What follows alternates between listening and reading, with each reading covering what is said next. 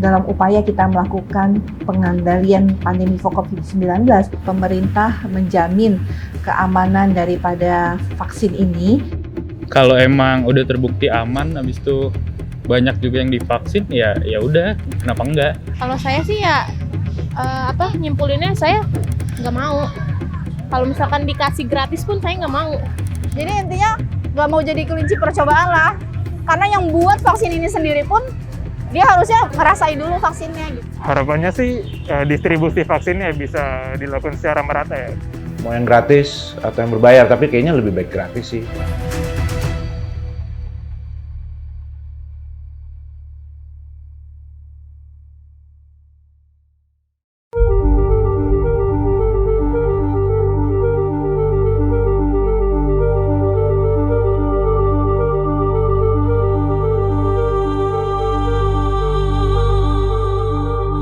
Tak terasa sudah hampir setahun wabah COVID-19 merebak dan menyelimuti hampir sebagian wilayah dunia. Di Indonesia, berbagai upaya dilakukan pemerintah untuk meredam dampak virus yang satu ini.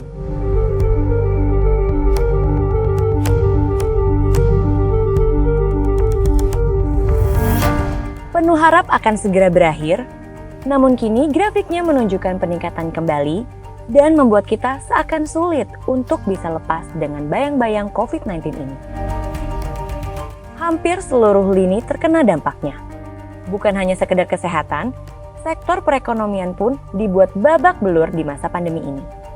Pembatasan aktivitas sangat berpengaruh pada berjalannya bisnis yang ada.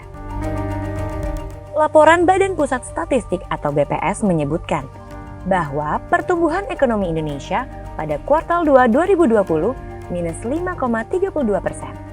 Setelah sebelumnya, pada kuartal 1 2020 hanya tumbuh sebesar 2,97%. Sangat turun jauh dari pertumbuhan sebesar 5,02% pada periode yang sama 2019 lalu. Hal itu yang akhirnya membuat beberapa perusahaan terancam gulung tikar dan banyak orang yang mungkin di-PHK karenanya.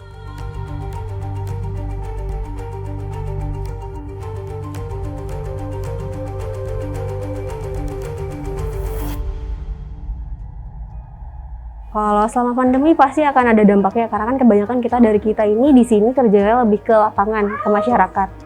Jadi ada beberapa otomatis kegiatan yang memang berhenti selama pandemi. Salah satunya kalau saya lakukan posyandu. Nah, padahal di sini otomatis kita harus melakukan pemantauan terhadap anak balita supaya nanti mereka nggak ada yang gizi kurang, stunting maupun bahkan sampai gizi buruk. Dampaknya banyak ya, kayak negatifnya itu ekonomi menurun. Yang pedagang-pedagang kecil kan juga kan karena lockdown jadinya di rumah aja nggak kerja kan ya. Jadi intinya ekonominya menurun. Penurunan segala-galanya besar sekali. Untuk biaya operasional aja susah. Belum bayar karyawan, nyewa tanah, bayar listrik, sedangkan tempatnya selalu diawasi, jangan sampai buka terlalu banyak orang. Bagaimana bisa mencukupi buat operasional? Dampaknya cukup signifikan ya, karena panggungan dan acara-acara lumayan jauh berkurang frekuensinya, jadi mempengaruhi pendapatan dan penghasilan. Harusnya gue bisa pulang kayak tahun ini lah gue nggak bisa pulang. Terus habis itu yang dulunya event banyak offline, terus ya ngurusinnya banyak produksian atau apa segala macam lah, sekarang jadi kebanyakan virtual. Menyikapi hal tersebut, pemerintah pun kini mengambil langkah cepat dengan memesan vaksin untuk meredam COVID-19. Diketahui ada 6 jenis vaksin yang akan digunakan di Indonesia. Di antaranya AstraZeneca, Sinopharm, Moderna, Pfizer, Sinovac Biotech, dan vaksin keluaran pemerintah dari Bio Farma yang juga bekerja sama dengan Sinovac. Pada 6 Desember 2020 kemarin, Sinovac menjadi vaksin pertama yang telah sampai di Indonesia. kami pun mendapatkan kesempatan untuk berbincang langsung seputar vaksin dengan juru bicara vaksin COVID-19, Dr. Siti Nadia Tarmizi. Dalam upaya kita melakukan pengendalian pandemi COVID-19, maka vaksinasi itu merupakan suatu harapan baru.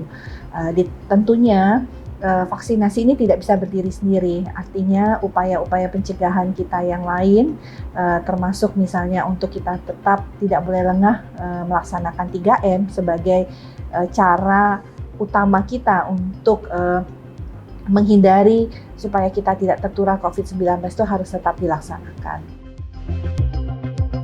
Pemerintah menjamin keamanan daripada vaksin ini dan kita sudah ketahui bahwa vaksin yang akan digunakan untuk vaksinasi COVID-19 itu keamanannya, mutunya, efektivitasnya dijamin oleh pemerintah.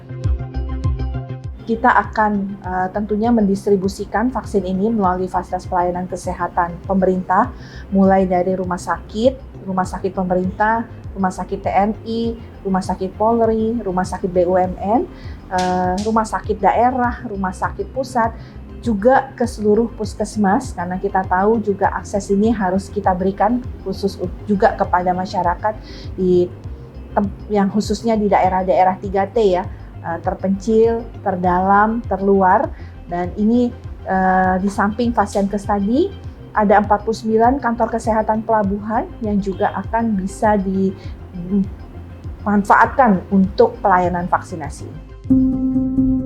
Lalu, seperti apa tanggapan dan harapan masyarakat dengan adanya vaksin yang diharap bisa mampu mengatasi pandemi COVID-19? Tahu sih Mas, secara umum aja. Tahu kalau vaksin udah masuk ke Indonesia. Tapi nggak ngikutin beritanya sih. Sedikitnya tahu lah untuk mencegah COVID itu kan. Ya tahu.